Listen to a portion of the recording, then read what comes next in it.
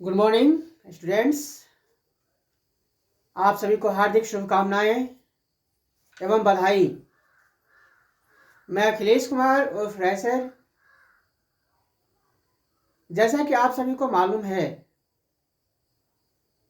मैं आप सभी के लिए बहुत ही स्ट्रगल करता हूं ताकि हमारे समाज के बच्चे बेहतर से बेहतरीन कर पाएं अपने एग्जामिनेशन में। तो मैं ज़्यादा विलम्ब नहीं करूंगा। अगर आप हमारे चैनल पर नए होंगे तो सबसे पहले आप का जो प्रोसेसिंग होता है वह कर लेंगे, अर्थात सब्सक्राइब कर लेंगे, बेल आइकन को ज़रूर दबा लेंगे प्यार से, ताकि आने वाले ऑडियोज और वीडियोस का नोटिफिकेशन सबसे पहले आप ही को मिले। ऐसा मेरा शुभकामना आप सभी के लिए। बिहार बोर्ड एवं सीबीएसई बोर्ड के लिए मैं लेके आया हूँ कुछ गिने चुने प्रश्न। अगर इस वीडियोज में आप शुरू से अंत तक बने रहते हैं तो वाकई में घन और घनाभ से यह प्रश्न लिया गया है, क्यूब और क्यूबाइड से यह प्रश्न लिया गया है, जिसमें आपको अपनी नॉलेज के बारे में इम्प्लीमेंट हो जाएगा, ज्ञान बढ़ जाएगा। तो चलते हैं। पहला प्रश्न है आपके स्क्रीन पर, और गोल्डन चांस है आप सभी के, गोल्डन चांस है ना, सुनहरा अवसर मिला हुआ है, इसलिए बने रहेंगे इस वीडियो में शुरू से अंत तक।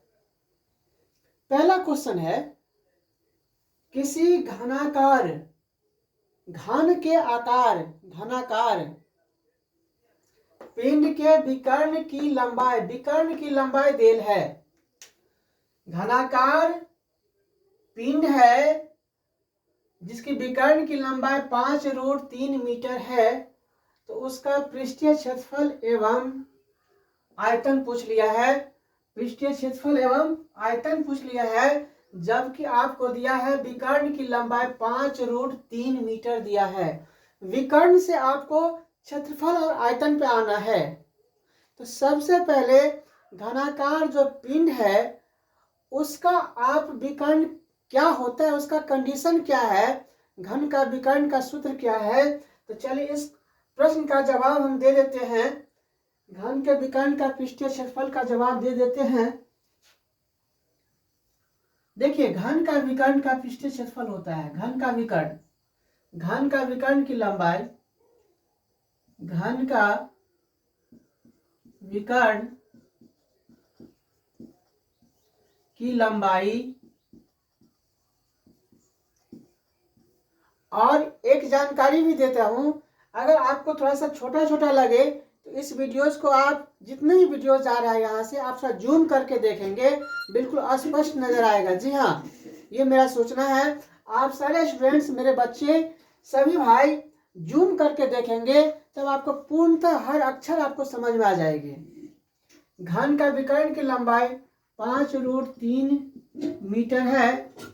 विकर्ण देल है तो विकर्ण को विकर्ण से ही रगड़ देंगे। तो घन का विकर्ण होता है √3 गुने भुजा होता है मेरे भाई। घन का विकर्ण √3 गुने भुजा। कहेगा सर घन होता है क्या, तो देख लीजिए, घन का भी आकृति समझ जाइए। अगर जान रहे हैं तो अच्छी बात, नहीं जान रहे हैं तो यहाँ से समझ लेंगे। हमारे मैथ्स टाइगर चैनल पर आकर के आपको सभी बात की जानकारी मिल जाएगी। चौक का डब्बा बना लीजिए। जी हाँ, चौक का डब्बा बना लीजिए। यही आपका घन का विकर्ण देल है, ये देल है आपका, ये चीज देल है। जी हाँ, यह देल है आपको। तो इसका सूत्र होता है √3 गुने भुजा बराबर है 5√3 का। तो यहाँ से भुजा निकाल लेंगे तो √3 से, देखिए दाहिने तरफ भी और बाएं तरफ भी है, तो √3 से √3 कट जाएगा, तो भुजा बराबर हो जाएगा आपका निकल करके 5 मीटर हो जाएगा। भुजा आपका आ गया, चूंकि यह मीटर में था, यह जो इकाई थी आपकी विकर्ण की जो लंबाई थी मीटर में था, तो भुजा भी आपका आ गया मीटर में। क्लियर, ये भुजा आपका 5 मीटर हो गया। और घन की सभी भुजाएं बराबर होती है। अगर यह 5 हुआ तो सब 5-5 के रूप में होगी। जी हाँ, इसमें 6 भुजाएं होती है, सभी 5-5 के रूप में हो जाएगी। ये बात भी आप समझ गए होंगे। अब आइए, उसका पृष्ठीय क्षेत्रफल पूछ लिया है एवं आयतन। जब आपको भुजा मालूम हो गया जब आपको भुजा मालूम हो गया तो पृष्ठीय क्षेत्रफल और आयतन के लिए कोई विशेष काम आप नहीं करना है। देख लीजिए, पृष्ठीय क्षेत्रफल एवं आयतन के लिए कोई विशेष काम नहीं करना है, बने रहेंगे। तो घन का जो पृष्ठीय क्षेत्रफल होता है मालूम होगा। घन का पृष्ठीय क्षेत्रफल होता है 6 गुना भुजा स्क्वायर, है ना। घन का जो पृष्ठीय क्षेत्रफल होता है 6 गुना भुजा स्क्वायर। भुजा अगर एल है तो एल स्क्वायर हो जाएगा, भुजा अगर बी है तो बी स्क्वायर हो जाएगा, भुजा अगर एम के रूप में है तो एम स्क्वायर हो जाएगा। इस बात को आप अच्छी तरह से समझ जाएंगे। तो चलते हैं पृष्ठीय क्षेत्रफल। पृष्ठीय क्षेत्रफल, घन का पृष्ठीय क्षेत्रफल का सूत्र लगा देंगे। पृष्ठीय क्षेत्रफल बराबर 6 गुना भुजा स्क्वायर।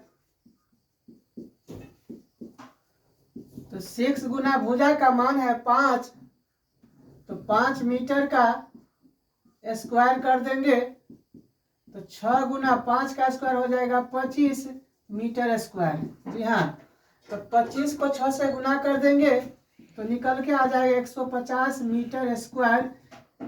यही आपका आंसर हो जाएगा पृष्ठीय क्षेत्रफल। अब आइए इसका आयतन निकालना है। तो घन का आयतन का सूत्र लगा देंगे भुजा क्यू। घन का आयतन का सूत्र होता है भुजा क्यू। चूंकि भुजा आपको मालूम हो गया तो यहाँ से हर चीज आप निकाल सकते हैं, भुजा क्यू या एल क्यू या एम क्यू। ठीक है, तो भुजा के रूप में आपका 5 आया है, तो 5 मीटर आया है, तो 5 मीटर का हम क्यू कर देंगे। अर्थात 5 मीटर गुना 5 मीटर गुना 5 मीटर 3 बार लिख करके गुना करेंगे। तो 5 को 5 से गुना करेंगे तो 25 हो जाएगा, और फिर 5 से गुना कर देंगे 125 निकल के आ जाएगा। अर्थात 5 का क्यूब हो जाएगा 125 मीटर क्यूब। जी हाँ, यही आपका आयतन आ गया। या आप इसको ऐसे भी लिख सकते हैं 125 घन मीटर भी लिख सकते हैं, कोई दिक्कत नहीं है। चलते हैं प्रश्न संख्या दूसरा पर। एक्शन। सेकंड नंबर क्वेश्चन आपके साथ है, एक घन का पूर्ण पृष्ठ क्षेत्रफल घन ही है। जैसे आकृति मैंने इसे पहले वाले क्वेश्चन में बनाया है। एक घन का पूर्ण पृष्ठ क्षेत्रफल दिया है आपका 1014 वर्ग सेंटीमीटर क्षेत्रफल दिया है। आपको पूछा है आयतन। तो सबसे पहले हमको भुजा ज्ञात करना पड़ेगा, इसकी भुजा की लंबाई कितनी होगी। तो चलते हैं, घन का पृष्ठ का क्षेत्रफल होता है 6 गुना भुजा स्क्वायर। भुजा अगर एल मान लेते हैं तो 6l स्क्वायर हो जाएगा। तो 6l स्क्वायर का मान दिया है 1014। जी हाँ, तो यहां से एल स्क्वायर निकाल लेंगे, 1014 बटा में 6 से भाग कर देंगे। क्लियर, 6 से भाग कर देंगे तो निकल के आता है 6 एकम 6, 4, 6 4 36 और 6 9 54, 169 आता है। भाग करके देख लेंगे, 6 एकम 6 4 हो जाएगा, शेष बचेगा 41 हो जाएगा, 6 7 36 हो जाएगा, 36 8 5 41, और यहाँ पर 5 पे 4 आएगा 54 हो जाएगा, 6 9 54, 169 आ जाएगा। L square equal to, L square का मान आ गया 169। ठीक है, 169 आ गया, तो देयरफॉर एल बराबर हो जाएगा 169 का वर्गमूल में चला जाएगा। 169 का वर्गमूल आप जानते होंगे, क्योंकि 169 पूर्ण वर्ग संख्या है किसका, तो 13 का। ठीक है, तो भुजा का मान आपका आ गया 13 सेंटीमीटर में, 13 सेंटीमीटर में आ गया। इसका आयतन निकालना है तो आयतन वाला फॉर्मूला लगा देंगे। घन का आयतन होता है आपका भुजा क्यू। घन का आयतन हो गया भुजा क्यू। भुजा का क्यू होता है यानी एल क्यू हो गया। भुजा आ गया 13 यानी एल क्यू भी लिख सकते हैं, कोई दिक्कत नहीं। एल का मान आ गया 13, तो 13 का क्यू कर देंगे, अर्थात 13 गुना 13 गुना 13 कर देंगे। 13 गुना 13 गुना 13 कर देंगे। करना आता है ना, 13 गुना 13 गुना 13 कितना होता है, 13 को 13 से गुना कर दें 169 आएगा। 13 का स्क्वायर होता है 169, 169 को फिर 13 से गुना कर देंगे। जी हाँ, 169 को जैसे देखिए 13 गुना 13 गुना 13 है ना, 13 गुना 13 तो आ गया 169। 169 को 13 से गुना कर देंगे ठीक है, 169 को 13 से गुना करना आता ही होगा, है ना। यहाँ पर देख लीजिए 169 गुना में 13 कितना आता है।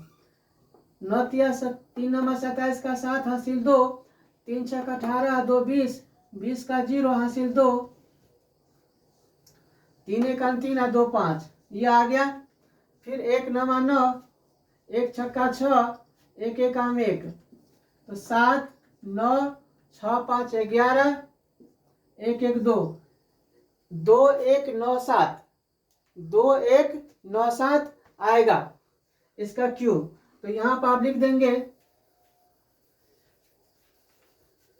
ये करके भी मैं दिखा दिया हूं।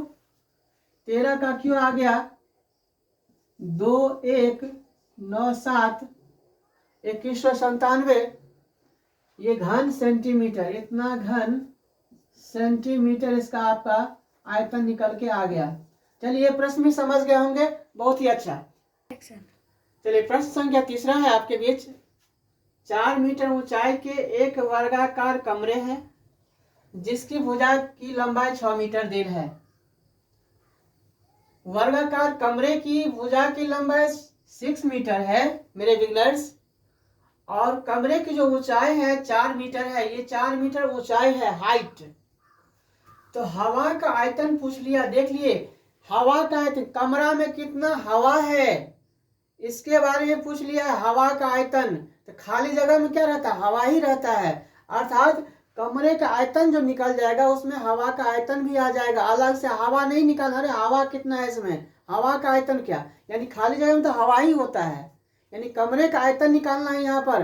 देखिए कितना घुमा के पूछ दिया, हवा का आयतन निकालिए। देखिए हवा का आयतन, वाह वाह, हवा हवाई। चलते हैं, देखिए वर्गाकार कमरा है, जब वर्ग के रूप में कमरा है तो लिखिए हवा का आयतन बराबर, वर्गाकार कमरे में हवा का आयतन का सूत्र लिख लीजिए।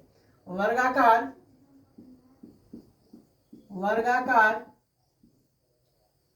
कमरे में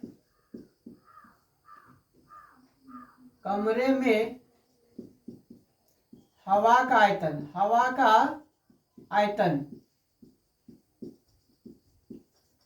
वर्गाकार कमरे में हवा का आयतन का सूत्र होता है, देखिए भुजा स्क्वायर, वर्ग का क्षेत्रफल होता है भुजा स्क्वायर, तो वर्ग का क्षेत्रफल कर देंगे, गुना में ऊंचाई, जी हाँ गुना में ऊंचाई लगा दीजिए, निकल गया हवा का आयतन। वर्गाकार कमरे में हवा का आयतन निकल गया आपका, यानी भुजा स्क्वायर गुना में ऊंचाई। वर्ग का जो क्षेत्रफल होता है भुजा स्क्वायर, तो भुजा है 6 मीटर और ऊंचाई है 4 मीटर, तो भुजा स्क्वायर का मतलब हो गया 6 मीटर का स्क्वायर कर देंगे, गुना ऊंचाई कितना है 4 मीटर, तो गुना में 4 मीटर लगा दीजिए। जी हाँ, तो 6 का वर्ग हो जाएगा, 6 का वर्ग हो जाएगा 36, 6 का वर्ग हो जाएगा 36, तो 36 मीटर स्क्वायर यहाँ से निकल के आ गया। मीटर को मीटर से गुना कर देंगे, मीटर स्क्वायर हो जाएगा। जैसे x को x से गुना कर दे x स्क्वायर हो जाता है, और गुना में कितना 4 मीटर। अब देखिए 36 को 4 से गुना कर देंगे, 36 को 4 से तो 144 आ जाएगा, ठीक है।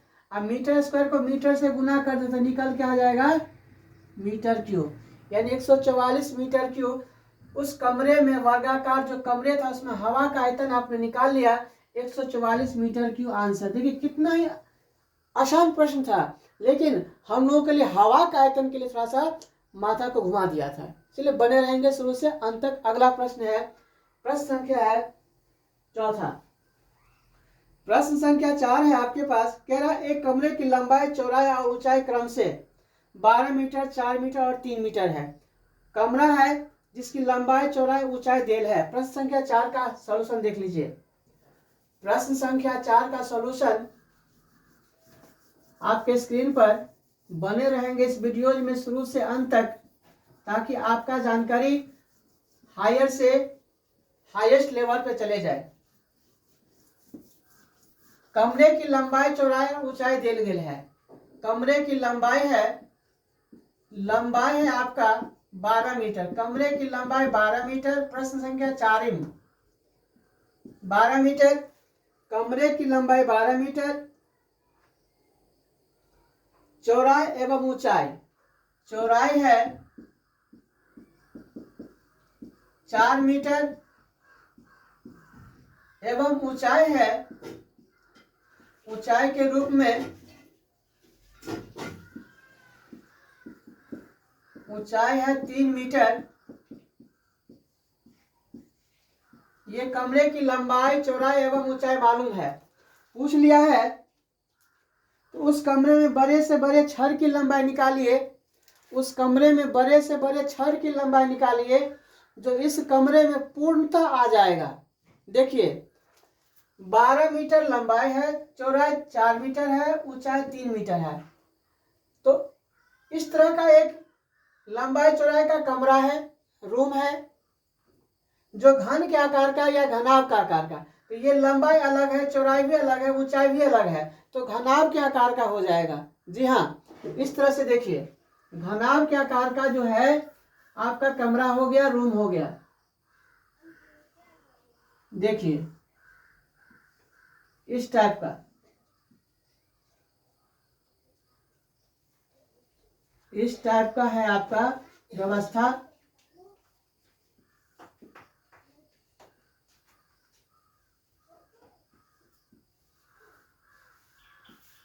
ये भी बनाना सीख जाइए।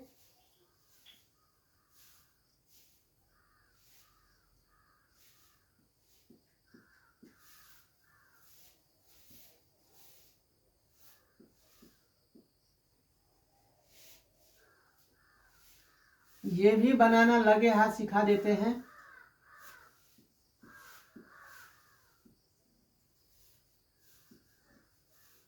ठीक है, ये आपका घनाभ के आकार का है।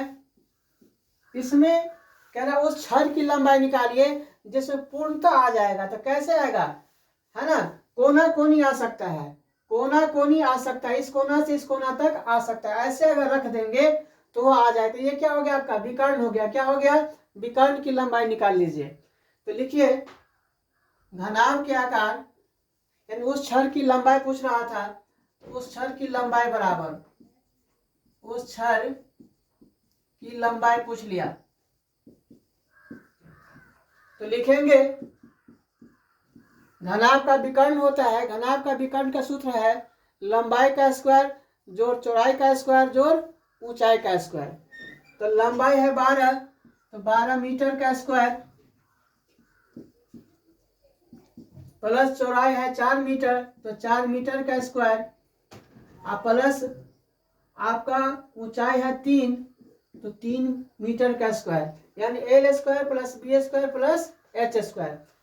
यानी घनाभ की लंबाई, यही बात है, विकर्ण की लंबाई, किसकी लंबाई, विकर्ण की लंबाई। तो छड़ की लंबाई, तो 12 का स्क्वायर हो जाएगा 144, 4 का स्क्वायर हो जाएगा 16 और 3 का स्क्वायर हो जाएगा 9। ठीक है, यहां देख लीजिए, लगे हाथ ऊपर देख लीजिए, 9 6 15, 15 4 19, 19 का 9 हासिल में 1 1 और 1 2, 2 और 4 6, 1 का 1 169, 169 आ गया। इस तीनों को जोड़ करके, इस तीनों को जोड़ कर 169 आ गया। 169 पूर्ण वर्ग संख्या है किसका, तो कहिएगा सर 169 का वर्गमूल 13 होता है। तो यानी क्या, उस छड़ की लंबाई कितना होगा 13 मीटर। उस छड़ की लंबाई कितना होगा 13 मीटर। जो इसमें कोना कोनी रख देंगे उस छड़ को तो पूरा सेट हो जाएगा। जो बारिश से बचाना है या किसी आंधी तूफान से बचाना है तो इस रूम में आराम से आ जाएगा, उस तरह के कमरे में आराम से आ जाएगा। चलते हैं पांचवा प्रश्न। पांचवा प्रश्न लेके आए हैं, एक घन का आयतन 125 घन मीटर है। घन का आयतन घन मीटर में यानी 125 घन मीटर। तो आपसे पूछा है पृष्ठीय क्षेत्रफल निकालिए। इसका पृष्ठीय क्षेत्रफल कितना होगा। यह जो प्रश्न आपके 2 अंक वाले प्रश्न है, ये जितने भी 5 प्रश्न का एक सेट है, ये प्रश्न आपके 2 नंबर से पूछे जाएंगे। ऑब्जेक्टिव सब्जेक्टिव में पूछे जाते हैं। तो बने रहना इस वीडियो में शुरू से अंत तक। अगर आप हमारे चैनल पर पहली बार होंगे, है ना, तो सबसे पहले सब्सक्राइब कर लेंगे, बेल आइकन को जरूर दबा लेंगे ताकि आने वाले ऑडियो या वीडियोज का नोटिफिकेशन सबसे पहले आप ही को मिले। जी हाँ, चलते हैं। देखिए घन का आयतन, घन का आयतन है, घन का आयतन, घन का आयतन है 125 घन मीटर। आयतन को आयतने से रगड़ दीजिए। घन का आयतन का सूत्र होता है भुजा क्यू यानी एल क्यू। भुजा अगर एल के रूप में होगा तो एल क्यू, एल क्यू का मान है 125, ठीक है, घन मीटर। तो एल कितना होगा ये बता दीजिए। तो एल क्यू 125 का टुकड़ा कर लेंगे, फैक्टर कर लेंगे, गुणनखंड कर लेंगे, तो 125 का अगर टुकड़ा करते तो 5 गुना 5 गुना 5 आता है, करके देख लीजिएगा। 5 गुना 5 125 को हम अगर घन निकालते हैं, 125 जो दिया हुआ है उसका जो है सो घन की संख्या 3 बार गुना करेंगे, 5 गुना 5 गुना 5, है ना। 125 का घन नहीं निकालना है, 125 का घन मूल की तरह जो है इसका टुकड़ा कर लेंगे। 5 गुना 5 गुना 5 मिल के आ जाएगा 125, यानी इसको हम लिख सकते हैं 5 का क्यू लिख सकते हैं, ठीक है। तो यहाँ पर लिख दीजिए 5 का क्यू, 5 का क्यू बराबर 125 आ जाएगा। ये क्यू से ये क्यू कट दीजिएगा, एल बराबर आपका आ गया 5 मीटर। 5 मीटर आपका एल आ गया, किसकी, घन की भुजा की लंबाई 5 मीटर, लंबाई आ गया 5 मीटर। आपसे पूछा था पृष्ठीय क्षेत्रफल, तो पृष्ठीय क्षेत्रफल लगा देंगे सूत्र, घन का पृष्ठीय क्षेत्रफल का सूत्र लगा दीजिएगा, 6 गुना भुजा स्क्वायर, 6 गुना भुजा स्क्वायर, तो 6 गुना एल स्क्वायर, भुजा के रूप में एल तो एल का स्क्वायर, तो 6 गुना एल का मान आ गया 5, तो 5 का स्क्वायर कर देंगे, तो 6 गुना 5 का स्क्वायर 25 हो जाएगा, ठीक है। 25 को 6 से गुना कर देंगे तो 150 आपने निकाला पृष्ठीय क्षेत्रफल, 150 वर्ग सेंटीमीटर, यही इसका आंसर हो जाएगा। अगर बहुत ही अच्छा लगा हो तो दूर दूर से शेयर जरूर कर देंगे। तब तक के लिए आप सभी के लिए मैं take care of your health, अपने स्वास्थ्य की रक्षा करेंगे और अपने नॉलेज को इम्प्लीमेंट करेंगे। तब तक के लिए बाय बाय, जय हिंद।